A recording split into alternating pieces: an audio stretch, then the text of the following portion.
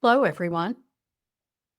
I'm Janine Vandenberg, and welcome to Ask Me Anything about consulting as an Encore Career. This is a free informational session for people who are interested in exploring using their strengths, talents, and experience as an alternative to dealing with today's current job market, or simply as an encore post-traditional job. So here's what we're going to cover in our time together. We're going to talk about why now is a terrific time to think about an encore. We're going to talk about the steps of Encore Consulting. And thank you to all of you who submitted so many questions. At last count, I had over 120 questions come in, and I've clumped them into main categories and aligned them with the steps that you want to take as you are building your plan for an Encore Consulting practice. We will tackle that challenging topic. What about age and ageism? In What's Next, I'll give a few highlights of the upcoming course that will be starting October 27th that will dive more deeply into planning your consulting practice, and then we'll take more of your questions. If I can ask you to keep the mute function on, save any additional questions that you have at the end, and so that I can be sure to capture all of the questions. If I could ask you to put a question mark in front of your questions in the chat, that would be absolutely wonderful. So let's go ahead and get started.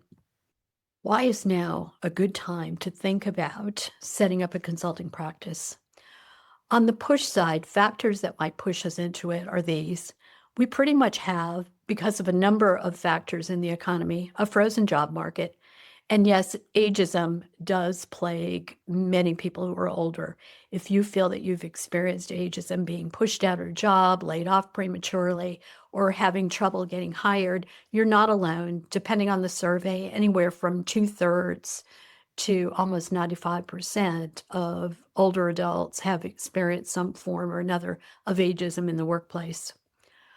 On the pull side, though, there are a lot of reasons why we might want to consider consulting. One of the things we know from a recent survey is those who are self-employed feel more control over their careers and life as well than those that are in traditional jobs.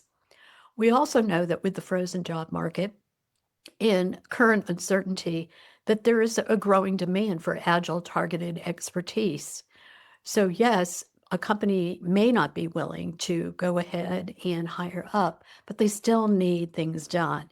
And very often consultants can serve and step into that role. And finally, remote and tech means that clients of yours can really be anywhere. No longer are we limited to certain geographic locations. And clients who engage with consultants pretty much expect that remote work will be the standard, and a lot of it will be carried out over technology platforms. So it's an excellent time if you're interested in more flexibility and more freedom to consider consulting as an encore path. So what I've done next is I took all of those questions that you sent and I put them in the main categories, and then I've organized them by of the steps that you need to take in order to launch an Encore consulting practice. So what you're going to see first in each module are a list of the questions that were queued up ahead of time, and then corresponding some of the key steps and key best practices and advice to setting yourself up for consulting success. We had a whole lot of questions about what do I offer, and I was glad to see that because that's probably the most important thing that you need to think about when you're getting started. Essentially, a good offer answers two questions. What kind of problems can I uniquely solve on the one hand? So it starts with you. Then on the other hand, who needs those problems solved and are they willing to pay for it? So I just want you to keep those two questions in mind throughout this session. What kind of problems can I uniquely solve? Who needs those problems solved right now and are they willing to pay for it? But here are the questions that you queued up. How to determine what type of consultancy to pursue? How do we go from a generalist to a specialist? And this is an important question for this reason. We know the more you specialize, the more you niche down, the more success you're going to have. This often seems counterintuitive to people that Everyone should be their clients. And the reality is, it is much harder to get traction that way, especially when you're starting out, if you're have this vague title like marketing consultant. Think of, instead of marketing consultant, you're better if you narrow it down to, say, marketing consultant for senior living communities. And you're better off if you establish yourself as the marketing consultant for senior living communities who want to attract older adults into those communities, who care about environmental concerns, and who want to pursue active living. The more niche down you are, the more successful you'll be. What are the best services and products to offer? We're going to talk about a process that you can go through to determine the best services and products for you to offer. So there is not a one size fits all about this. It's not like this kind of consulting is better than this kind of consulting. It's really that combination of what you're uniquely positioned, what kind of problems you're uniquely positioned to solve, and who is wanting to purchase a solution to those problems. So we'll talk about how you can figure that out for yourself. There was a question about several questions about how to transfer experience to a new industry. And the process is really the same. You're figuring out what problems in your former industry were you really capable of solving, who has, in some sort of adjacent or new industry, similar problems, and can you position it, maybe with a little bit of additional education and diving deep to position yourself to solve similar problems in that new industry. How do we differentiate ourselves in a highly competitive market? An incredibly important question.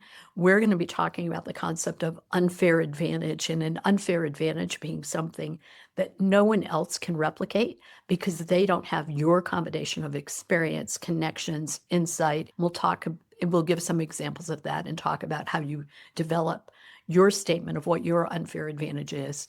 And then we did receive a few questions about international consulting. I think that's a little bit tricky right now because of the uncertainty in the world, to be able to really kind of differentiate what problems need to be solved now as opposed to tomorrow, as opposed to the next day. But in any of these, the process is essentially the same, and we're going to walk through that process right now. The first step that you need to take is to understand your why. Why are you thinking about pursuing consulting as an Encore right now? Before developing the course that I did and also doing this information session, I ran a survey on LinkedIn and to my own email list asking why people would be interested in something like this. And the responses really came into 4 categories. The reason it's important for you to figure out where you fit in these categories is you want that to be your umbrella when you're thinking about, what do I want to do? What do I want to offer? You want to make sure that it aligns and fits in within your why you're entering this to begin with. There were a clump of responses that I consider under the category of freedom. Maybe someone has just recently left a traditional job. They want different hours. They want freedom to pursue other things. And they also want to keep income coming in, or they want to continue working for meaning, purpose, social connection, whatever it is, but maybe not under the same kind of conditions that they worked in before. Maybe a return to work policy basically hampered their ability to do, whether it was caregiving or something else they wanted to pursue. So there was a large category around this freedom and what do I want to do next in this next phase of life. Another strong category was with frustration with the current job market, where you feel like you're throwing your resume in over the AI algorithm transom, where you're ghosted, you're told you're overqualified, all of these things, maybe experiencing ageism, and people are frustrated with that. So a lot of you need and want to work. You know that you do good work. You know that your experience is valuable, and you're frustrated with the current job market. And so you'd like to explore how you can use your strengths, skills, talent, and experience that you've built up over time to launch your own business. Financial considerations are a pretty common theme among almost everybody. It may be you need to replace the income of a full-time job. It may be that you're a little bit worried, even if you're currently employed, about which way your industry is going or which way the economy is going overall. So you'd like to establish more financial security, which you can do by working for yourself. Or you may just want to have a side hustle just as a hedge, or to maybe bring in that extra income that you have because an additional child has started college, for example. Whatever it is, that was a very strong theme. And finally, a lot of you just want more flexibility. You want more autonomy, the ability to set your own schedule, to set your own terms, to choose the work that you want to do instead of having work just thrown at you. And certainly consulting can give that to you. So before you think of anything else, you want to stop and think, really, what is your motivation? And as you are weighing different kind of things that you could offer, make sure that it's fulfilling this fundamental need, that it really allows you to accomplish your why. The next step that you want to do is define your offering and who your target clients are going to be. And there are several steps to doing this, and we're going to share some of them briefly here. The first thing that you want to do is really inventory all potential possibilities. And by that, I mean basically creating a list of at least 10 things that you know that you are really good at, that would bring value, that maybe has brought value to a former employer, to a volunteer engagement you've been involved with, to your community, whatever it is. What are those things that you were good at? And create that list. And you don't want to narrow down here, just create a list of all the possibilities. Then you want to go ahead and look at that list and basically cross out those that you know you don't want to do again. There are often times that we can be good at something and just realize, I'm done with that part of my life and I don't want to do that anymore. Perfectly okay to cross those off the list. The worst thing to do is to think about starting something new, and you're not going to have the energy and enthusiasm about it if it's the kind of work that you really don't want to do. So that's kind of step one. The second thing, and this is really, really important, this is where we're going to narrow your niche down. And I'm going to show on the next slide some considerations in doing it, but you want to niche it down. And this is where you're looking at, of all of these experiences, what's the intersection of that experience with something that you love to do and that also clients are willing to pay for, that there's a market need, and not only a market need, but that the market will actually pay you for. So that's going to be defining your niche. We're going to talk about that next. And then the third and important element is you need to decide and identify what is your unfair advantage. What combination of things do you have that no one else can replicate? They can't go out and they can't buy it from someone else. They can't, merge with someone. They can't find it on the internet. AI isn't going to help them with that. It's the unfair advantage that you have, and we'll be going through some examples. Okay, so how do we identify this niche? Some of you may be familiar with Jim Collins' concept of the hedgehog. And even though that concept has, somewhat been disputed in the case of very large businesses, I think it's still very valuable when it comes to identifying what you can do well in consulting as a solo consultant. So the first is you're going back and you're looking at that list of what are things that you are really good at, you're great at. They could help clients meet some need that they have. The second thing that you're going to look at is really your passion for it. Is this something that you really want to do? And can you get excited enough about it that you can actually do the work of building a consulting practice because you're excited about getting up every day to do that kind of work? And then the third element of it that you want to look at is this something that the market will pay for? Market needs. If you don't, the market may need something, but if they don't have the money, they're not willing to pay for it, that's not going to help you. So you need this combination. But I do want to insert a word about passion because I feel like too many people just say, do what you're passionate at. And that is a lovely thought, but it doesn't necessarily make for a great consulting practice. And you also need to identify whether you are maybe passionate about something, but once you have to do it for money, you may not be as passionate about it anymore. The example is this wall hanging that I created that you see on the right hand of your screen. And a little over 10 years ago, I decided that I was going to indulge my hobby of recycling fabrics, cashmere, wool into wall hangings. I loved doing it. I loved putting things together. I loved it when people admired it. I gave them as a gift. And so I basically took a month off, devoted that month to producing them, got into a juried art fair, and was so proud of myself. The other artisans at the art fair were a little bit envious. I had sold out by noon. I was really excited about that until people would come up to me and say, "Could you make that in these colors instead?" Basically wanting some sort of made to order. And I realized I wasn't interested in taking orders. I was interested in creating, and if someone wanted to buy it, fine. But I didn't like the idea of somebody saying, "Well, you made that particular table runner in pink and green, and I want it in blue and orange because I'm a Denver Broncos fan," or that kind of thing. So it's really important to give some serious thought.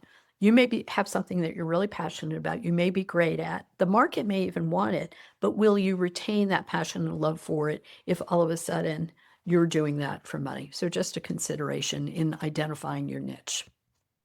And then the next thing that you need to do is articulate your unfair advantage. And this is really what is going to help you bring in clients. You need to really inventory. What is it about my experience that is especially unique that would be valuable to this client in solving the problem? What insight do I have into the industry, into the world, into communities, into a particular kind of customer that would be valuable? What are my connections and networks? And then finally, and I believe that this is something true of all of us who have some years of experience, and so I think it's part of all of our unfair advantage. There's a certain adaptability that we have as we get older, contrary to the stereotype that older people are set in their ways. And the reality is, the research shows that we become more adaptable, and that's a trait that really helps us navigating through change. And I think we would all agree that we're in a time of serious change right now in almost every industry, in every context. We've been through the dot-com crash. We've been through the post-September 11th environment. We've been through the Great Recession and navigated teams through that. We navigated teams and organizations through COVID. There's an ability and insight that comes from that that is a great advantage to any company, nonprofit organization, government entity in time of change. So those can be part of articulating your unfair advantage. So I'd like to give an example right now, and this is what I consider my unfair advantage in doing workshops like this one. I started, grew, and ran a successful consulting firm for over 3 decades. So I have a lot of insight into how consulting works on the ground. We served hundreds of clients every year. We've been exposed to every kind of client issue that might possibly come up. We've learned how to manage clients, how to make sure that contracts are both flexible and tight. We know how to secure clients. So there's a certain element of that. And we've got tools and worksheets and templates and resources that basically developed over 3 decades. A second element is, for 3 years, I was the board chair of the Encore Network. And the Encore Network is a global coalition of leaders in the so-called Encore movement. But that is people who are putting out there the idea that people age 50 and over have great experience and insight to offer to our communities, to our workplaces, to society overall. So I have lots of connections across the United States and beyond that are all promoting that idea. I was founder and director of Changing the Narrative, a national anti-ageism initiative. I did that as a solo consultant. So in addition to running a firm, consulting expertise, I also have I'm doing this on my own with all of that brings. But also through that, I really became aware of how prevalent ageism was and how it was directed against people age 50 and over, and sometimes in tech and marketing, even younger. And so I have a really good understanding of how ageism can really even affect ourselves, that internalized ageism that may make us say, "I'm not ready to do this. Am I too old to start this?" Or, "Can I learn these new things? Starting a consulting firm, that sounds scary." So I understand that, and I also know how to counter it. And then finally, for the last 7 years, I have been, through Changing the Narrative and now through Encore Roadmap, I've been educating employers, public, private, nonprofit, about the business case and the benefit of experienced talent and intergenerational teams. I know how to position experience. And so the combination of all of that gives me an unfair advantage if I'm talking about helping people who are experienced deal with their own internalized ageism, position themselves to potential clients, and also really understand the nuts and bolts of consulting. That's my unfair advantage. My challenge to each of you is to go ahead and develop using a formula, something like this. What is your unfair advantage? And this is also something that in our paid course we'll be spending a lot of time on and actually working with each other in groups to identify it so that it's really, really strong. I also hope that whether or not you decide to pursue consulting, that you still do this activity because it will also help you if you're someone who is committed to a traditional job and job seeking. Identifying that unfair advantage also gives you great talking points for applications, interviews, and anything else.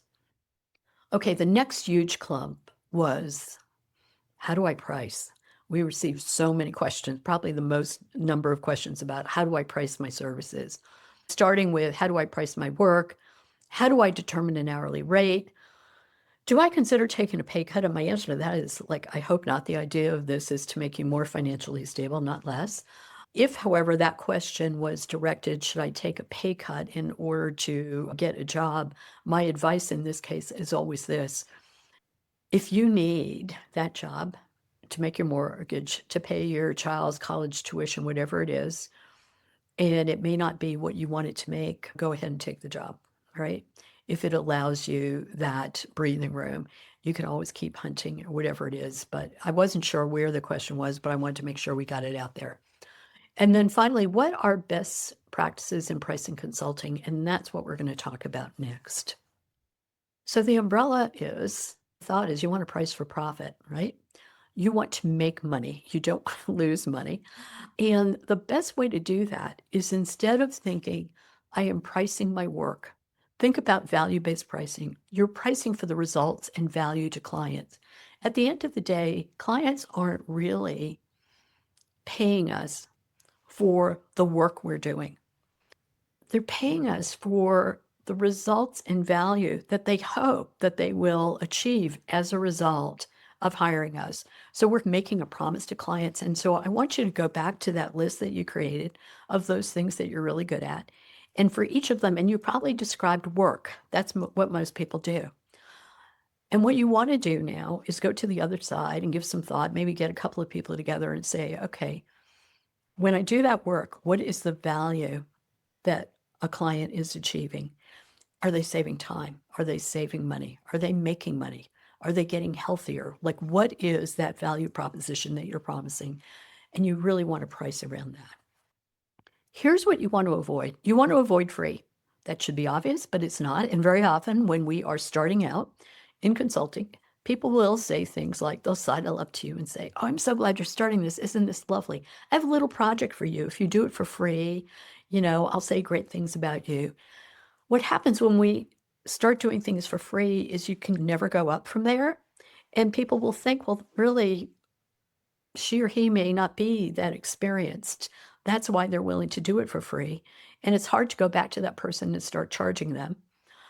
And the word will get out that you're doing this kind of work for free. It also says to a potential client that you potentially don't understand your value. And one of the extreme value propositions that we want to put out there individually and collectively is that our experience is our edge. Our experience is our edge that can give clients the results that they want. So if we take away that edge by saying, sure, we'll do it for free, we're undercutting ourselves. So scratch off free. There may be circumstances in which you are willing to do free work.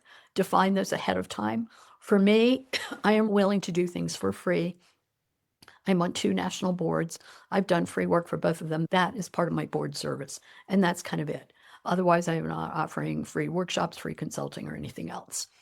Related to free sometimes can be this idea of sliding scale. So people will say, I'm a nonprofit. I don't have much of a budget. Do you have a sliding scale?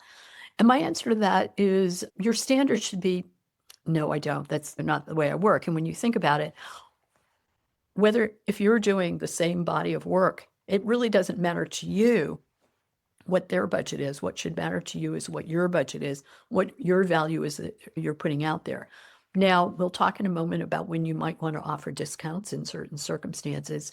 One of the things that I learned in my consulting company, which worked primarily with social sector clients. So our clients were private foundations, government entities, socially responsible businesses, and nonprofits, is that we would have people come to us, including nonprofits that had like $50 million budget, and say, I'm a nonprofit. Can you do it for free, or do you have a sliding scale? And then I would have to say about a third of our clients are nonprofits, and I wouldn't be able to make payroll if I did that. So no, hope you want to work with us anyway. Don't do it. Just avoid sliding scale.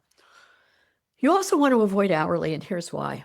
When you start charging by the hour, and keep in mind, the next step we're going to do is have you calculate what you want your hourly rate to be when you are bidding for projects, but you're not quoting the client hourly rate. You're bundling it in some sort of project or value-based pricing. Hourly rate encourages this kind of behavior from clients.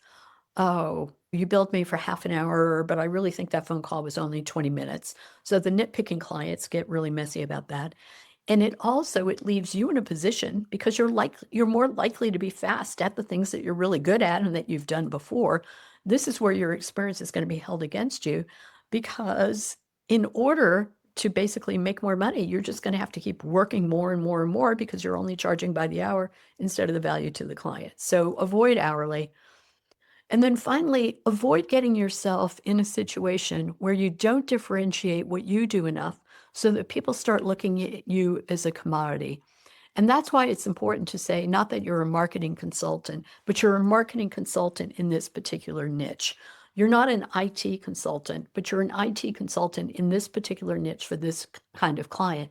Because otherwise, people will start saying things like, well, this marketing consultant down the street is charging $25 an hour. And all of a sudden you're like, why are you comparing me to these others? So the way to get around being viewed as a commodity and commodity pricing, which then lowers the rates that you can bill, is to be very, very deliberate about how you differentiate yourself.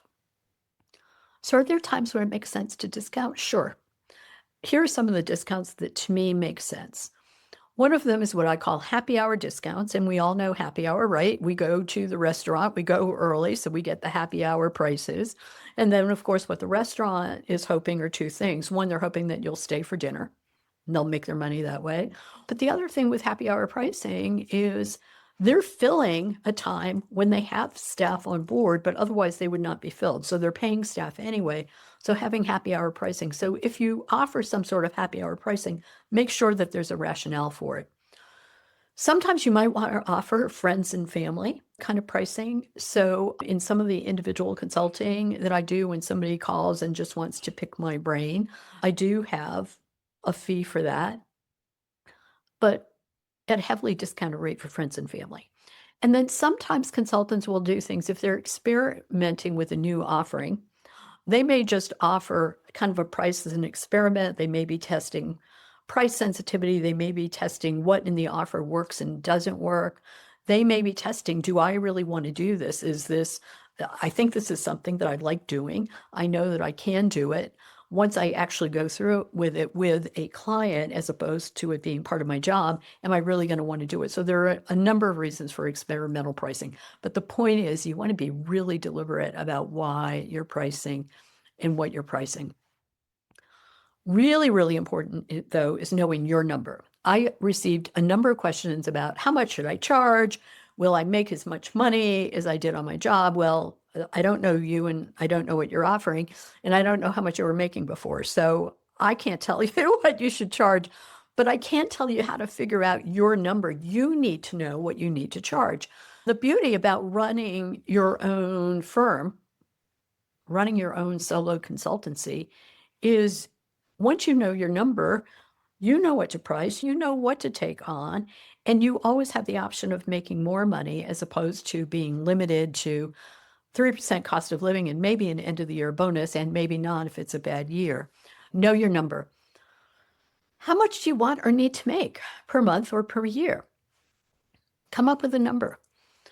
Then you want to figure out, okay, on average, how many hours do you want to work per week? And keep in mind that work is not only the client work that you're going to be billing clients for, but it's also the work that leads to the billable work, like marketing, business development. And by business development, I mean kind of the process from when a client approaches you because you've done good marketing, and now you're kind of developing them as a potential client. You're getting the contract signed, whatever, and then they become a client. So how many hours do you want to spend on that? Think about how many weeks a year do you want to work? Many of us at the encore stage of life kind of don't want the full year round anymore. There may be travel on the horizon. We may want to do something else. We may want to go back to school. There are any number of reasons why you may not want to work a full year, but go ahead and calculate that and really figure out how much time will you dedicate to marketing and other non-client work. So that's all part of calculating your number. We'll talk more about this in the full course and share with you different worksheets that you can use to kind of figure this out. But it's really, really important to understand your number. Otherwise, there's no way you can come up with a pricing strategy. Part of the pricing strategy is determining your floor and your ceiling. So what do I mean by that? Your floor is really what are the actual costs of selling and delivering your consulting services. So that's knowing that number that we talked about in the previous slide. What is it actually, not just what you want to build, but what is it going to cost you to deliver this stuff? And at that point, you're looking not only at your own rates for your own labor, but you're also looking at things like materials and supplies and technology and everything else, right? Like developing a budget for your consulting firm, which will also be doing. That's your floor. You need to know what your competitors are charging because that in a way is a temporary ceiling. And what I mean by a temporary ceiling is your potential clients are going to know what your competitors are charging, and they may see if you're in this generalized category that that's the most that they should be charging. You should be charging them as well. So that's a ceiling. But what you need to know instead is how to differentiate so that you can raise that ceiling, right? So you do need to know what your competitors are charging, and we'll be sharing different strategies on how you can identify that. But then you differentiate so that you can go up and not down. The final thing that you want to decide is what makes it worthwhile to you. There are times when it can take as much effort to secure a $5,000 contract as a $50,000 contract as a $500,000 contract. And very often, if people have been in the nonprofit sector, they've seen that. The kind of proposal that they need to submit for a $100,000 grant can be as much similar to something for a $3,000 grant. You may decide that's simply not worthwhile, but those are the kind of assessment that you want to make when you're determining your own pricing strategy. Revisiting your client offering. Why would you do that? Well, here's what can happen. You've decided on the offering.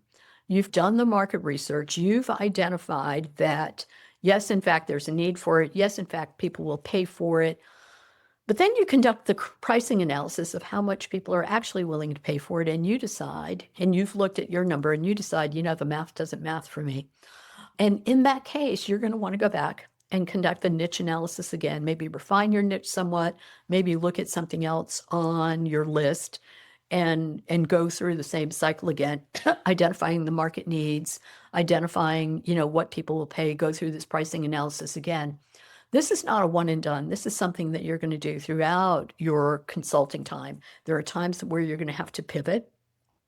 The market crashes. I want you to think about, what has happened to everybody who was either offering services to the federal government or were working for contractors of the federal government, right? So all of a sudden, a lot of pivoting going on. So things change in the environment. One of the things that is helpful about being a solo consultant is that you're able to be more nimble often, and you can see things coming, adapt. You can go back, and it's not as hard as moving an entire company. But those are the kind of things that you want to look at, and just know you'll have to revisit from time to time. And sometimes you want to revisit at the very beginning after you do the round of research one and you say, this isn't going to work, we're going to look at two. So we'll talk about that and offer you some tools to do that. A very common client question. How do I find insecure clients? And that's the $1 million question, right? If we want a $1 million consulting firm, how do we attract and retain clients? What are business owners looking for? That one is hard for me to answer outright. We have a process for determining it, but it's not generally what business owners are looking for because they're all kind of business owners and they're all kind of operators of other kind of organizations that are not private businesses. And so what they're looking for is going to depend on, the industry, their size, who they are in the industry, how they've been affected by current events. So they're looking, are for all kind of things. The key to developing a really good niche in consulting is to identifying for you what's a good niche, who are those, and then we're specifically honing in on what are those business owners looking for. So again, not a one size fits all answer. It's a many sizes fit many people answer, and we'll talk about a process for doing that. How do I develop a pipeline of paying clients? The short and somewhat glib answer is spending time on marketing and business development each and every single week. I think that there is a temptation for many people who go into consulting to think, oh no, now I've got to do the marketing. I hate marketing. I hate networking. I'm in that I love marketing. I don't like networking. But how do I develop it? Whatever kind of marketing strategy ends up working best for you and brings you your target client for your niche offering is you want to devote dedicated time each and every week that becomes absolutely inviolate. That's how you develop the pipeline. Do I need to use social media? For the most part, yes. And somewhat of an expectation these days. If you're in any kind of business to business, being on LinkedIn is probably really important, unless you are in such a niche field that people basically rely on certain kind of newsletters or trade journals or that kind of thing. But you are likely to do better if you're on social media so that when people sort of hear about you, it's also easier to generate word of mouth referrals. I've received a number of referrals from my speaking business, speaking to employers about the business case for older workers and intergenerational teams, from people who found me on LinkedIn that I have no connection. No one that I know referred them to me. They were literally looking speaker on ageism, speaker on age inclusion, and they found me on LinkedIn. They might have found me anyway, but social media, great help. One of the things that's really important is to know where your target clients are and what are the best ways to get in front of them. So where do you find these target clients? And there are a number of strategies that are effective for solo consulting. The first is that you need to kind of, when we talked earlier about what your niche, your offering is, what your unfair advantage is, you want to prepare a really brief pitch about this. You're not going out and just blasting potential clients. You're not doing cold outreach and saying, hey, I'm this person, I'm doing this. But you're preparing your pitch and you're starting with who you know. One of the things I love doing in my workshops is a mapping exercise because very often people say, I've been out of work for a year or two. I've lost touch with my professional connections, but our connections are everywhere. They're not necessarily just in our former colleagues, although it is a good idea to go ahead and touch base with those former colleagues. But one of the things we do is map connections. There may be family members. There may be yet people in your faith community. It may be a Rotary Club. It may be some other community group. You basically map connections everywhere. And the reason that's important is this, and you let them know about your pitch. Hey, this is what I'm doing now. Wanted you to know if you know anybody would appreciate you letting them know about me, because these are people who already kind of know you in some way. But one of the really mysterious things that I find really interesting is people actually generate more referrals in business from what are called weak ties. People that you would think, right? You get all the best referrals from your besties, but that's not the case. And one of the reasons for that is very often they may be in very similar circles. So the people that they would refer to you, you already know. And it's more people who are second and third degree of separation that will give you those best referrals. So you're preparing your pitch. You start with who you know and you're letting them know about it. And you're mapping and basically letting everyone who knows you just, here's what I'm doing now, really excited about it. Here's who I can help if you know anyone, and making sure they can get in touch with you. If at all possible, build your online presence. We'll be doing modules in our full course especially on LinkedIn, perhaps on Instagram, if anyone who enrolls who's in kind of like health, wellness, those kind of sphere, those tend to do really well on Instagram, but LinkedIn, I think for most business to business kind of work, consulting is really the best. And we'll have someone who's a LinkedIn expert doing some pre-recorded modules that you can watch at any time. For all of us, I think it's really important to demonstrate our thought leadership. And what do I mean by that? I mean, what are those original ideas that you have, those insights that you have about your industry, your observation about what are the trends going on and what do they mean for people in your target industries, for your target clients? And the way that you can do that are multiple ways, and some of them really require no startup cost. You can do your own blog. You can start something on Substack for absolutely no cost. You can LinkedIn. You can start a LinkedIn newsletter, write LinkedIn posts and articles, all of those to demonstrate your thought leadership. If you want to take it a step further and have budget to do it, go to and secure a speaking, offer a session at professional conferences. Those can be expensive because you usually need to pay the conference fee, and you were never paid a speaker fee, but they can be worth it to get in front of the right audiences. Those are all different ways for demonstrating your thought leadership and getting the word out so that people are in the beauty of this kind of effort to find your target clients is it instead of you having to go out, they actually come to you.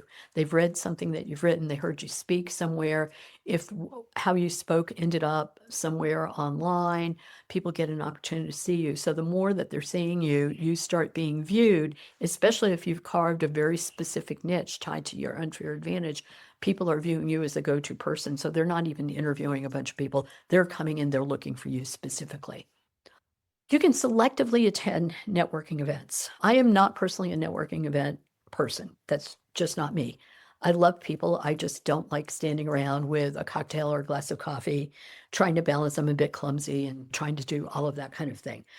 But having said that, networking events can be useful if you have a formal opportunity in some way or another to be in front of people who are part of your target clients. So as opposed to just showing up to the networking event, unless you are an extreme extrovert and love going up to random people, a great thing to do can be to volunteer for an event. So maybe you're kind of greeting people, you're introducing people to each other, to offer to do a talk, to moderate a session, whatever, so that people are seeing you. And again, the idea is you want people to see you and come to you. So selectively, and a lot of making sure that the networking event you're going to actually have your target clients. So too often, I think we find ourselves at networking events, but they're all people like us, right? We're same in industry. That still can be good for finding industry partnerships and that kind of thing, but it doesn't necessarily get you in front of your target clients. And finally, I think forming referral partnerships with complementary businesses can be a really good strategy. I've done that somewhat, especially in my former consulting firm, less now. But so let's go back to our marketing consultant. If you're a marketing consultant and your expertise is in digital storytelling, and maybe you want to partner with someone who is really good at web design and maybe bring into somebody else, and again, just a referral partnership, not a formal business partnership, but someone else who is good at public relations and getting stories placed and that kind of thing. And that way, when a client who is using you for digital storytelling says, I really want to know how to get the word out about this, or I want to build a new website to feature all of these wonderful stories, you can refer business to each other and hopefully with reciprocity in mind. So those are really for consulting, the best way to find your target clients. A whole lot of questions about infrastructure. Here were just some of them. Should I be a nonprofit or should I have a business structure? So generally, if you're starting a solo consulting practice with maybe a very few exceptions, you want to start as a business structure and not a nonprofit. Nonprofit, basically the source of funding for the most part is going to be, individual donors, grant funding, maybe some corporate sponsorship. By the time you set up, start up, secure 501c3 status, you're going to be, some ways out and really not being able to operate as a nonprofit. There are some exceptions, and if whoever queued that question up wants to reach out to me individually, we can talk about that. A lot of questions about should I start as a sole proprietor, LLC, or S corp? LLC, absolutely. It is simpler, less paperwork, less money than an S corp, less ongoing obligation. Start as an LLC. If you get to a certain point of revenue, you can always kind of move up to an S corp. But an LLC, relatively affordable. For example, in Colorado, I think it's about $50 to establish an LLC. You can fill out simple paperwork, does not require an attorney to fill out the paperwork, and you can get started right away. And having the LLC does two things. One, as the name suggests, limited liability company. It does give you in your personal assets some protection in terms of liability, even though you still want to get liability insurance. But it also establishes you for new clients as, oh, this is a real business, right? It's an LLC. So a lot of good reasons to do that. How to structure partner agreements. My biggest advice here, and we will give in the full course, I'm going to go over partner agreements and we'll have examples for you, but date first before getting married. There are a lot of things. Very often, I think we get excited, especially if we're a little bit worried about going out on our own. Oh, I'm going to get a partner, and we've always been besties, and this is going to be so great, and it kind of doesn't go as well. You may be besties in terms of friends, but when it comes to how you handle business, how you approach clients, your deadlines, your ability and willingness to meet deadlines, you may have very different work styles. So my advice always when entering any kind of partnership agreement is do a very small project first. Have an honest conversation about what you each want, map out your expectations, but test it out on a small project and maybe a few small projects before you decide to commit to any kind of formal partnership agreement.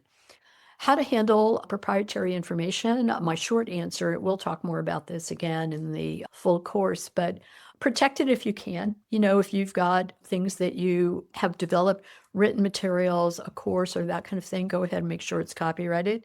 If you have developed certain kinds of processes, trade names, potentially trademark it, make sure in your contracts that if you were sharing, for example, if you're doing workshops, or a lot of the workshops that I do for companies, I absolutely give them permission to put recordings of the workshop on their internal servers or drives so future employees can use them, but they can't share them broadly with the public, right? So be really clear what you're allowing people to do or not with your proprietary information. Will the course cover setting up banking, tax payment systems? Absolutely, it will, as it will cover systems for tracking networking bids, opportunities, expenses. In fact, this is, I believe really strongly that before you open your virtual doors, you need to build your infrastructure. I have personally contracted with some consultants as a subcontractor and then said, okay, send me an invoice. And they didn't have anything. They didn't have an accounting system set up. They didn't have a proposal or an invoicing system set up. And so that, even though I thought they were very good at the content of their work, my, confidence in their ability kind of went down like this. So you want to have your name, your choice of entity, which is what we just talked about. Registration, you want to have applied for your employer identification number, have any licenses or permits that you need, set up a business banking account. You don't want to be mixing your business funds with your personal funds. That can be a true mess at tax time. Have your accounting system set up or something set up with a contract bookkeeper, making sure you have your insurance in place. You can get very low cost insurance online for professional liability, errors and omissions. Making sure, and this doesn't have to be comprehensive systems and policies. Basically, I think any of us need a handful, 4 or 5 policies, but you want to have those set up so they're ready to go. So when you're talking to someone and they're like, I love what you're doing, that's exactly what I need, send me a proposal tomorrow. You're not like wondering, what on earth do I do? What should I have in the proposal? You want to have everything ready to go, templated.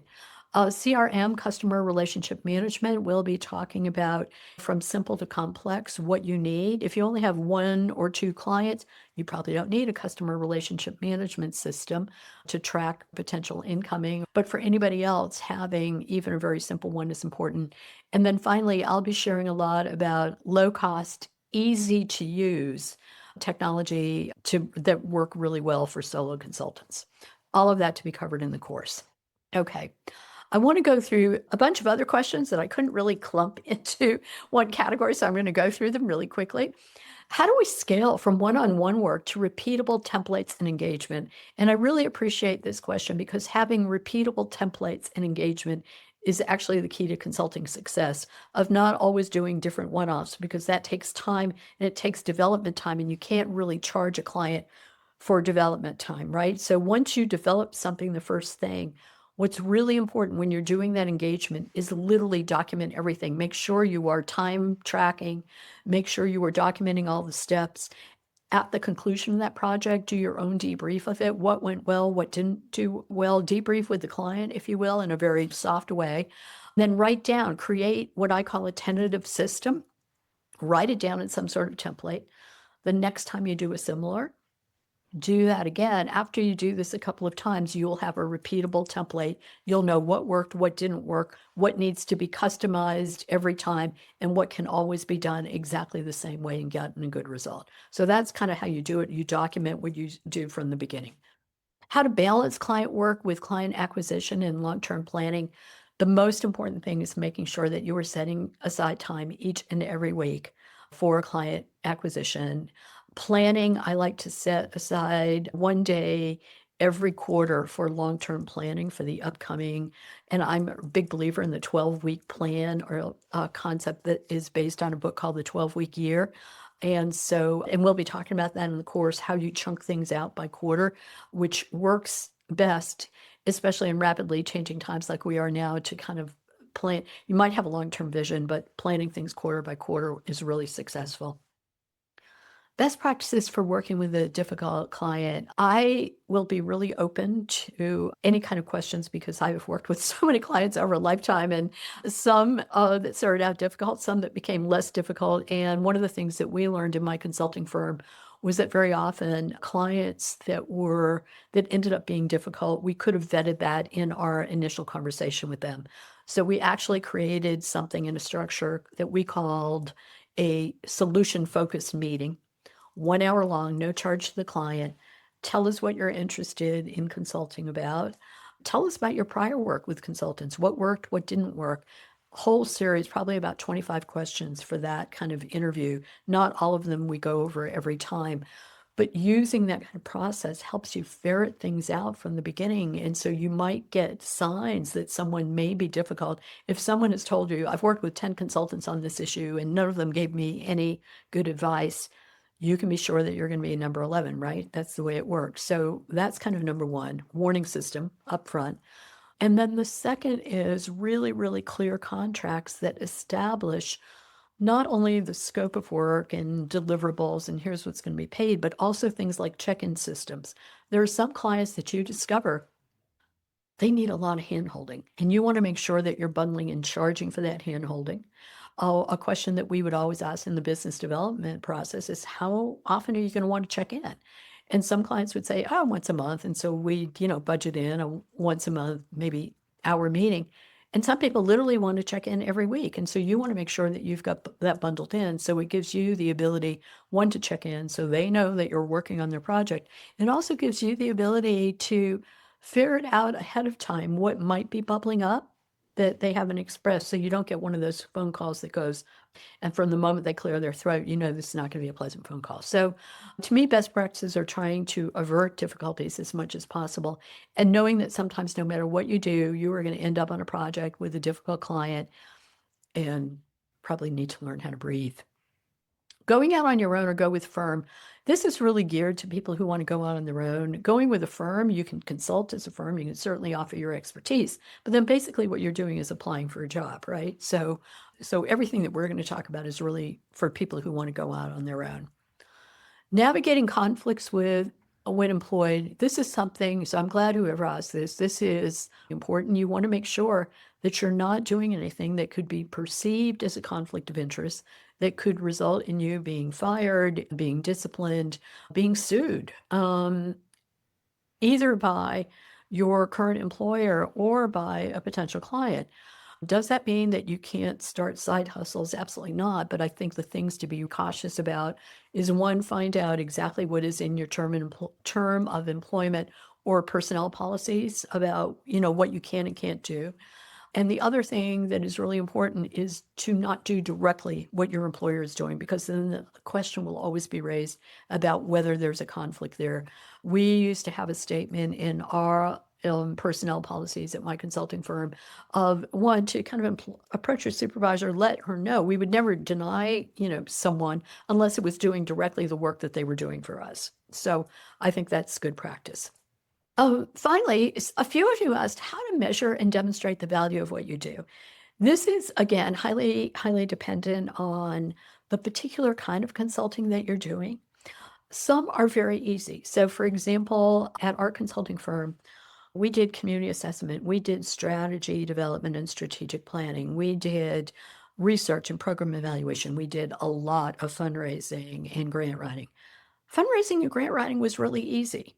You got the grant or you didn't. Okay, we could measure the value and we collected those statistics over time. Strategic planning was a little bit more. We would do check-ins with the clients and identify whether they felt they were meeting their goals that they need to modify, and we build in check-ins after the strategic plan, but sort of more difficult. And depending on what you're doing, the result may be very immediate. If your consulting was to complete a employee handbook and operations manual that comply with a new set of rules, the value is the completed handbook, right? So these are we'll cover some of this in the consulting course, but this is going to be highly, highly dependent on the particular kind of consulting that you do and the kind of deliverables that you produce. One thing that I always think is valuable, though, is to measure customer satisfaction along the way. One of the things that we did was we would always kind of do a quick debrief with the client right after the engagement. But the other thing that we would do is a quarterly Net Promoter Score survey. And if you're not familiar with Net Promoter Score, it basically asks the client one question. You can add others, but the one question is, to what extent were you satisfied with our services, like on a scale of 1 to 10? 9s and 10s, you're doing good. They're going to refer business to you and come back. 1s and 2s, you might as well be ready to go out of business. But where you really want to probe is if you're kind of in that 6, 7, you're like, okay, what could we do to get to a 10? So those can be ways they're not measuring the value of what you provide, but they can measure the extent to which customers are likely to refer people to you. Okay. I do want to talk for a moment about age and ageism. You raised the question, many of you raised the question, and these questions captured mostly the questions that I heard from those of you who responded. What do you recommend for countering internalized ageism? How do you overcome ageism when people are bringing in consultants? And how do we overcome the perception that older adults don't have fresh ideas? Keep in mind, this is what I have been talking to people about for 7 years, so this is something I'm really well versed in and happy to talk about anytime, anywhere. Let's start with internalized ageism. One of the things that we know at Changing the Narrative is that internalized ageism is real, it's not recognized, but because of the ageism that surrounds us in our culture, we often absorb those messages. And it makes us uncertain about who we are and what we're doing and what we're capable of doing. This can be especially true if you have been rocking it in the workplace for years, and all of a sudden you're sort of getting a different vibe, or you've applied for something and people are telling you you're overqualified or you're uninvited with meetings. So we know all of that. This is what we've heard from the thousands of people that we've worked with at Changing the Narrative. Dealing with internalized ageism, we will be sending everybody a guideline to basically coping with internalized ageism and telling yourself new stories that we developed at Changing the Narrative, and I'll be sending it out with a copy of the recording. And here's an example. If the negative story that is playing in your head is, I'm too old to start something new, I don't know, can I do this consulting thing? Some of the news stories is you can remind yourself, I'm a lifelong learner, I'm curious, I want to know more. I'm an expert in adaptation. I've gone through all kind of changes, et cetera, et cetera. So there are a lot of negative stories that we tell us, and this is not just older people, it's also, younger people will do. So we've created this is a way to cope, but the biggest thing we want to do is stop and ask ourselves when these thoughts pop in our head, why do we believe that? And not let it get in our way. I can't say enough that if you are starting something like a consulting practice, experience is not a negative. Experience is your edge. In consulting, there is not the prejudice against older people that there is in other parts of the working world. People are hiring us very often for our experience, for that knowledge and insight and connections that and no shade on younger people. I'm a big believer in intergenerational teams, but you can't, it just takes time to experience certain things. So experience is your edge. I want you all to think about what are the industry and trends insight that you have because of the experiences you have. Research shows that as we age, we develop our soft skills, things like communication skills, become more developed and more sophisticated. I often say it's because of the communications mistakes that we've made over a lifetime and hopefully learn from, but we actually, the research shows soft skills and leadership skills are more developed. We have that experience navigating in times of change. And I also think that there is an argument that, especially in the rise of AI, that our experience can help us become power AI users. We've got the insight into a business context to ask the right questions. We have the ability to interpret the result. And there's even a little bit of emerging literature that calls this like basically power AI fusion. When you put together younger people and older people on AI things, that the combination of that, the fusion of that is actually stronger than, either younger or older working with AI on their own. And then demonstrating fresh ideas. This is probably one of the most annoying things that I hear and see companies do, including some that are ignorant enough to put it in their job announcement. We're looking for someone with fresh ideas. I mean, tell me in a way that you are discriminating against older people without telling me you're discriminating against older people. So here's what I want all of you to do.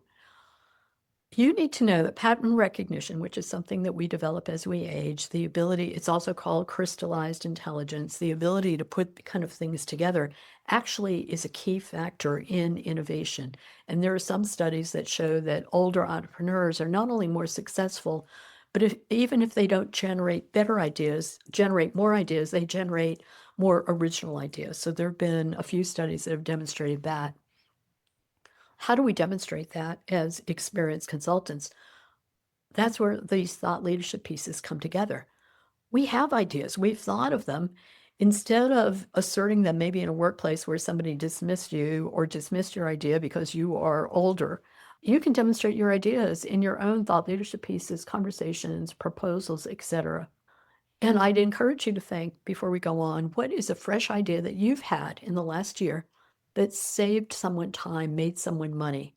Go back again to that original list that you developed, and for each, come up with a couple of ideas. This is part of your ability to demonstrate your unfair advantage. And again, I want to reinforce to anyone, whether or not you decide to pursue solo consulting, these same ideas can be used as you're seeking for a job or trying to reestablish yourself in your current employment position. If you're experiencing ageism, you need to show that you are the fresh ideas person because you are, and your experience actually is your edge in doing that. Okay, I'm going to talk for a very few minutes about some of the next steps for those of you who are interested. I am going to be actually at the request of a few people who were in this gathering today. I'm launching a Launching into Your Consulting course. What it's going to include is this. It's going to be weekly live instructor-led sessions on Mondays, 4 consecutive weeks, October 27th and going through 11/17th.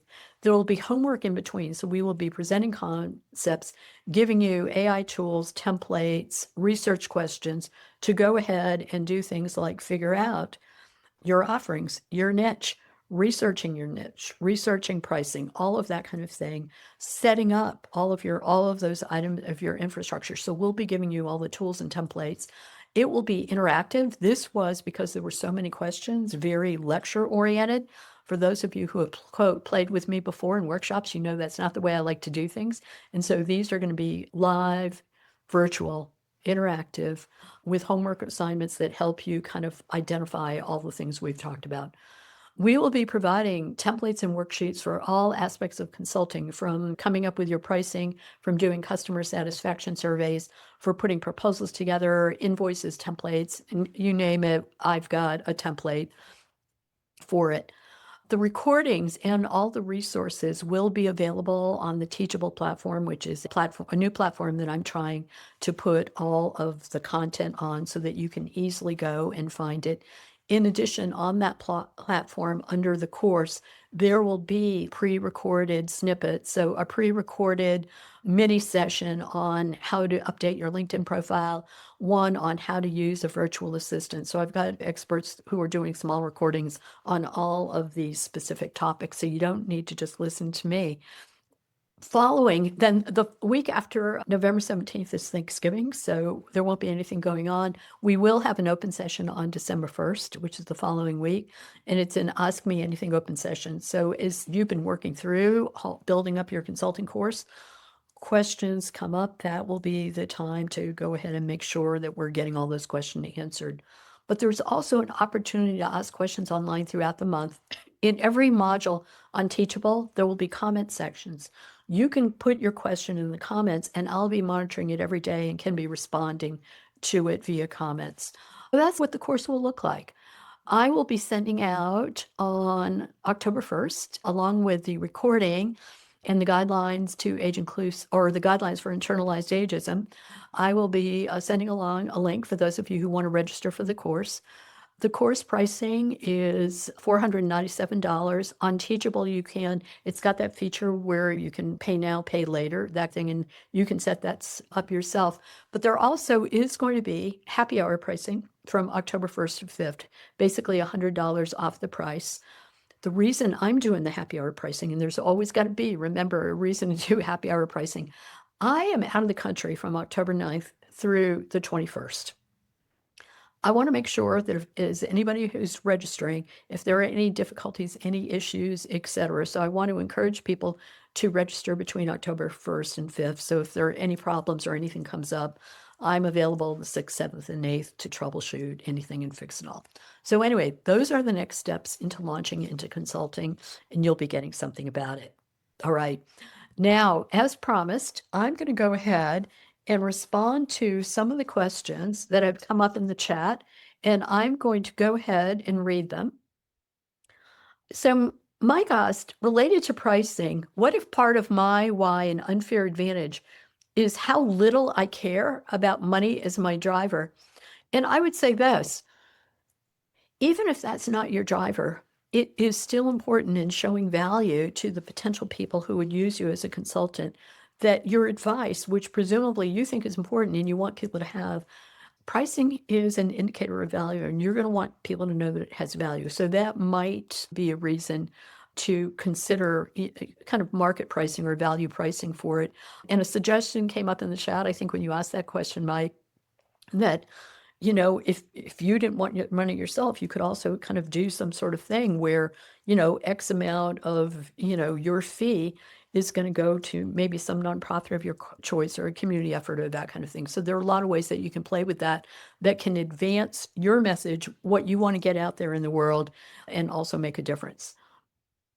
Sandy observed that even good friends can try to skip out on paying you. Be sure to confirm terms ahead of time of accepting any job. Critical to put in the contract, not only what the statement of work is, what your deliverables are going to be, what the payment is in your payment schedule, but something I always do and always recommend is never wait until the end of the job. For any of my engagements, I require half upfront, non-refundable. And then if it is a long engagement, payments along the way so that the payment at the very end is very minimal. We can talk about different ways to structure that. The only time that doesn't work typically is with government contracts or government projects, but they'll typically have a purchase order, and I've never had a problem getting payment from a government entity yet.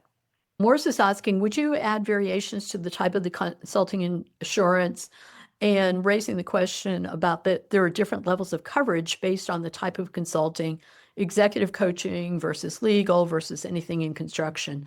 So absolutely. Typically when you go to fill out, and now it's so easy to get the insurance, you can fill out things online and they will ask you questions like, how long have you been in business? What type of consulting you do? Usually there's some sort of drop-down menu where indicating general categories.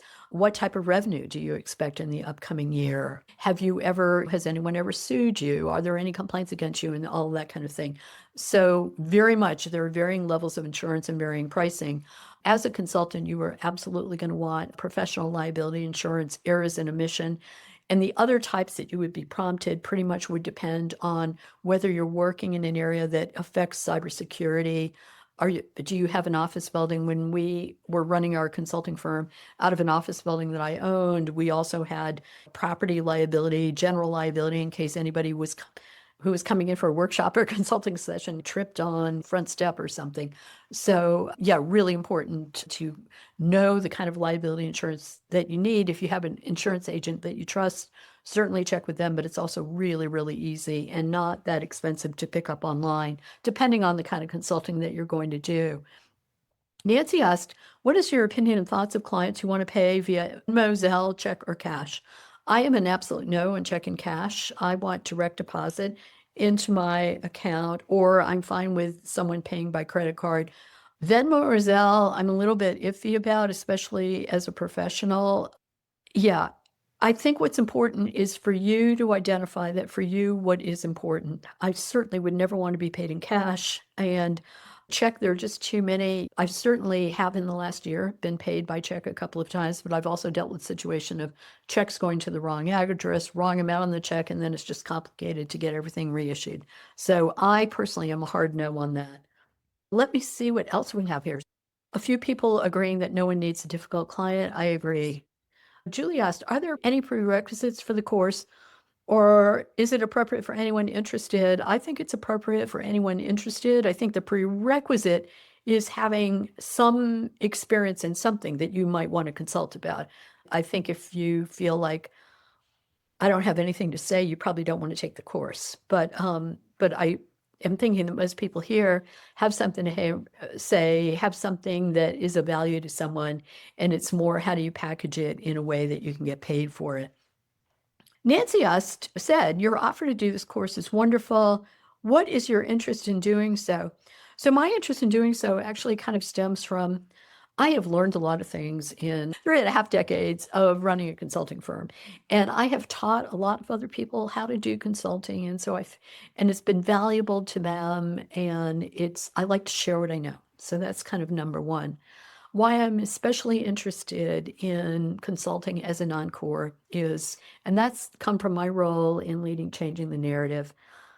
When I agreed to lead an anti-ageism initiative, I had no understanding of how rampant ageism was against older people in the workforce. That became my passion and what I've worked on, educating employers and anyone who will listen about the very strong business case for experienced talent in intergenerational teams.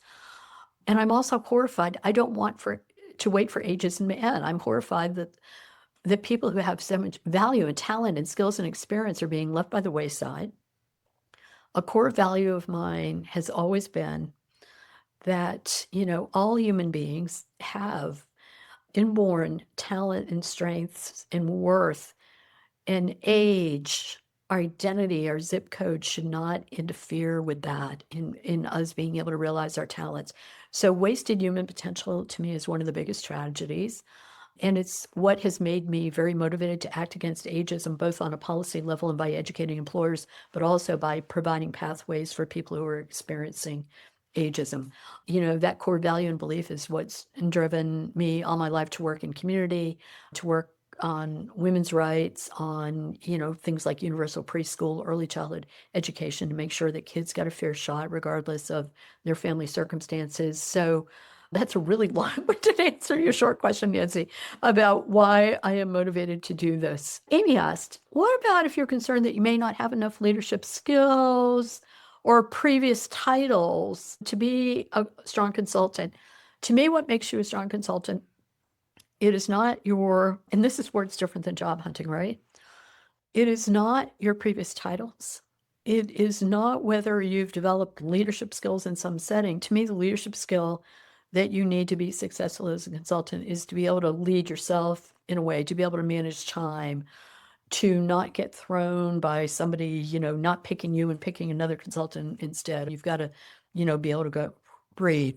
When I started my consulting company, it was not intentionally saying, I am going to use my background as a lawyer to become a consultant. It was, I was in my mid 30s. My now oldest daughter was born. I was realizing that work the way it was then and caretaking for a young child was not going to be compatible. Didn't have the flexibility, autonomy, basically the same thing that happens to us as older adults, I think happens to many mothers and sometimes fathers of young children. And I had the opportunity to write a grant proposal for an organization I was involved with. I had never written a grant proposal. I was not a grant writer. I had never taken a grant writing course, but I knew how to make arguments. That was my legal talent. And I wrote a federal grant proposal, and they secured a $750,000 federal grant. And I was like, oh, okay, well, this is interesting. And then people heard about it. And so I became an accidental consultant. And it wasn't until 3 years later where I realized I really loved doing this. And at that point, what I really loved was facilitating. So I was facilitating a lot of sessions to help people convene around a grant proposal idea. And I started doing a lot of strategic planning. So it kind of evolved. But if I had stopped and waited until I had taken a grant writing, I didn't even know that was a thing, right? So to me, the core of is knowing that you have some skills and talents and figuring out, are there people who need those skills and talents to solve real problems that they're facing now? You put those together, you've got the beginnings of a successful consulting practice. Okay. Maggie is asking, what is the most difficult part about starting a solo business and how did you overcome it? So as the story I just narrated, I tend to plunge into things. So I probably don't, what I've seen in other people is very often it's just hesitation. Can I do it? And that's in a way why I'm offering the course. It's sort of like, yes, you can do it if you want to. Don't do this because I said so. If you want to, there are step-by-step processes that make your likelihood of success that much greater. I think the most difficult for most people is just deciding to start and getting over the fear of, am I too old to do this? Can I do this? And that kind of thing. And so that's what the course is designed to help with. Bill asked, once a pitch is developed, will the course then provide feedback for the demand for the service? It would be tough to go through all the prep work to find out there is no or little demand for the service. Bill, I absolutely agree with you. And yes, the course will be not only providing feedback, the course is basically the front part of the course is designed to help you get that kind of research done with not only my feedback, but the feedback by others in the course. Because the last thing you want to do is go full on and set up all the infrastructure and discover nobody wants to buy what you have to offer. So the key is how to define, niche down that offering and target client that will pay and define that there is a market for it that pays enough that it meets your number. Okay, let me see. Oh, we have more questions as well. You share a general recommendation on whether you should use a free version of a basic CRM or pay something more advanced. So I am definitely in the, if there's a free CRM, absolutely try it first. Last year, someone convinced me to buy a very expensive paid CRM. I tried it, played with it for 4 months. I couldn't understand it, had to hire somebody to help me figure it out. And then finally, after all of that, realized that it actually was not what I needed or wanted. It was too complicated and I wanted to spend my time doing the work and getting clients, not trying to figure out how to get their data into a CRM. So if you absolutely try some free versions until you find one that you're like, okay, this is me, this works for me, and that kind of thing. It's intuitive for me, I can do this. And then upgrading to a paid version is always a good idea because then you're getting the benefit of all of those advanced features. Okay. Somebody else asked, outside of pricing, rate, project term, and statement of work, do I have tips for key elements to include in your master service agreement with the client? What protections would you consider? Should you charge late fees? Have a cancellation clause? So a couple of thoughts. I'll talk more about this in the course, but what I believe is this. I don't like to do a proposal and then a statement of work. I like to basically send what is going to be the contract if they sign in the form of a proposal with signature at the end. The proposal includes then not only the statement of work, it includes the timeline, the deliverables, the payment terms and payment schedule, but it also includes, back to that unfair advantage, why me? Like, why Encore Roadmap? Why Janine Vanderberg? We just say why JVA, and we have all the reasons there. So people always have in front of them what is why they're picking you, that they might have forgotten after you had that first or second conversation and they were convinced this was a good choice and you were convinced both ways. Cancellation clause, absolutely. I'm not a fan of late fees. We never had that much of a problem with collections. And I think in part because a couple of reasons. One, we always had payment up front, so people were committed, payments along the way. But also, we had kind of like an automated system, and I think it was automated in our accounting system, that if the payment didn't come in within a certain number of days, they would just get an automated reminder. So it never got like sort of really ugly or personal. There was only one time in my 35 years of running a consulting firm that I personally had to make a collection call, and it was actually for a really small amount. It was like $1,000, but I was like, it was the principle of the thing. And so I called, and it was interesting. The CEO of this nonprofit was really embarrassed, and he was like, "Well, $1,000, I didn't think it would matter to you." And I said, "It matters, and that's it." I didn't go to a long explanation. It wasn't going to stop me from making payroll. I just said, "It matters." The check was delivered to me the next day. So I haven't really had to deal with the late fees thing. And I think cancellation clauses are good, but they should be reciprocal. Either one of you can cancel, but you need to make really clear if they cancel that you're getting paid for whatever work has been completed. There's a question about the benefit of older workers as a part of the workforce beyond what I've already talked about. And I'll be talking throughout the course about the benefit that experienced work. But this is not a course about fighting ageism. I have other courses about fighting ageism, but that's not what it's about. And if anybody wants to know more about what I talk about and talking points and how to persuade employers on that, do go ahead and follow me on LinkedIn. It's LinkedIn Janine Vandenberg. Sign up for one of my LinkedIn newsletters where I talk a lot about the benefits of older workers, intergenerational teams, and refute stereotypes about experienced talent. Liz was asking, is fractional consulting covered in the course? Yes, I consider not as a separate entity, but I consider fractional consulting basically as a form of consulting. It simply means that you have, fewer clients at any one time and you're dedicated to one. A lot of the topics that we talk about how to find them, how to define your niche for fractional, how to define your unfair advantage, how to price, all of that are applicable to fractional or really any kind of consulting. Morris asked another question that I am not finding here, and so I may have to address it another time. And finally, a question that I didn't get to ask in the first recording came in from Benita as we were closing the first time round. Any thoughts on strategies with local government, public sector at that time with layoffs and budget cuts? I think local government is going to be tricky right now for obvious reasons. I mean, we've federal budget cuts that ripple down to the state budget cuts that ripple down to local budget cuts, as well as lower tax revenue overall. And having said that, the same principle applies of defining your niche. What are problems that you can solve? What are problems that they need to be solved? If I think about local governments, I think that for some aspects, local governments are going to need community engagement to explain to people what's happening so you don't have riots on your hand about increased fees for service, and while at the same time that you're having decreased services. People, I think, are going to need some advice on potentially efficiencies, on how AI can be used, on digital, on certainly with all the recent hacks lately in all sectors, cybersecurity. So I think that there are a number of things, and again, it's defining, here are all the things I'm good at. Is there some need in local government, and what will they pay for it? And again, I think local government it is not different than other clients where work has to get done and you had to lay off staff.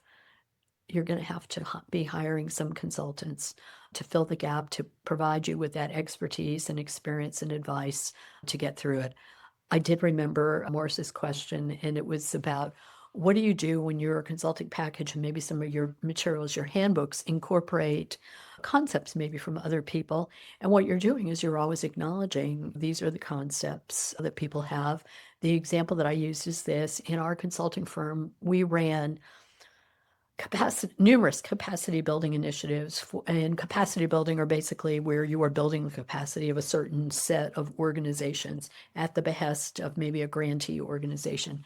So both federal, state government, several foundations, I think we had over 20, pay us to build the capacity of their grantees.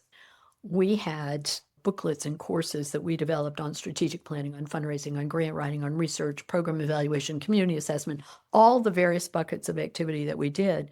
And some of it was our own material, and some of it was concepts that we had from others. So we always acknowledged, got permission from others, and that kind of thing. So perfectly acceptable. If depending on the degree to which you're borrowing, you want to give more credit or make sure you've got permission. But anyway, that's it. Those are the questions for now. Thank you all for being here. I really, really appreciate it. For those of you who saw the live session, you're recognizing this may sound a little different, and that was because the recording mysteriously disappeared as I was trying to save it to my drive. So I just re-recorded this and appreciate all of you. If you think I gave better answers the first time, reach out to me and I can re-record some. I will be sending this out on October 1st, along with a link and information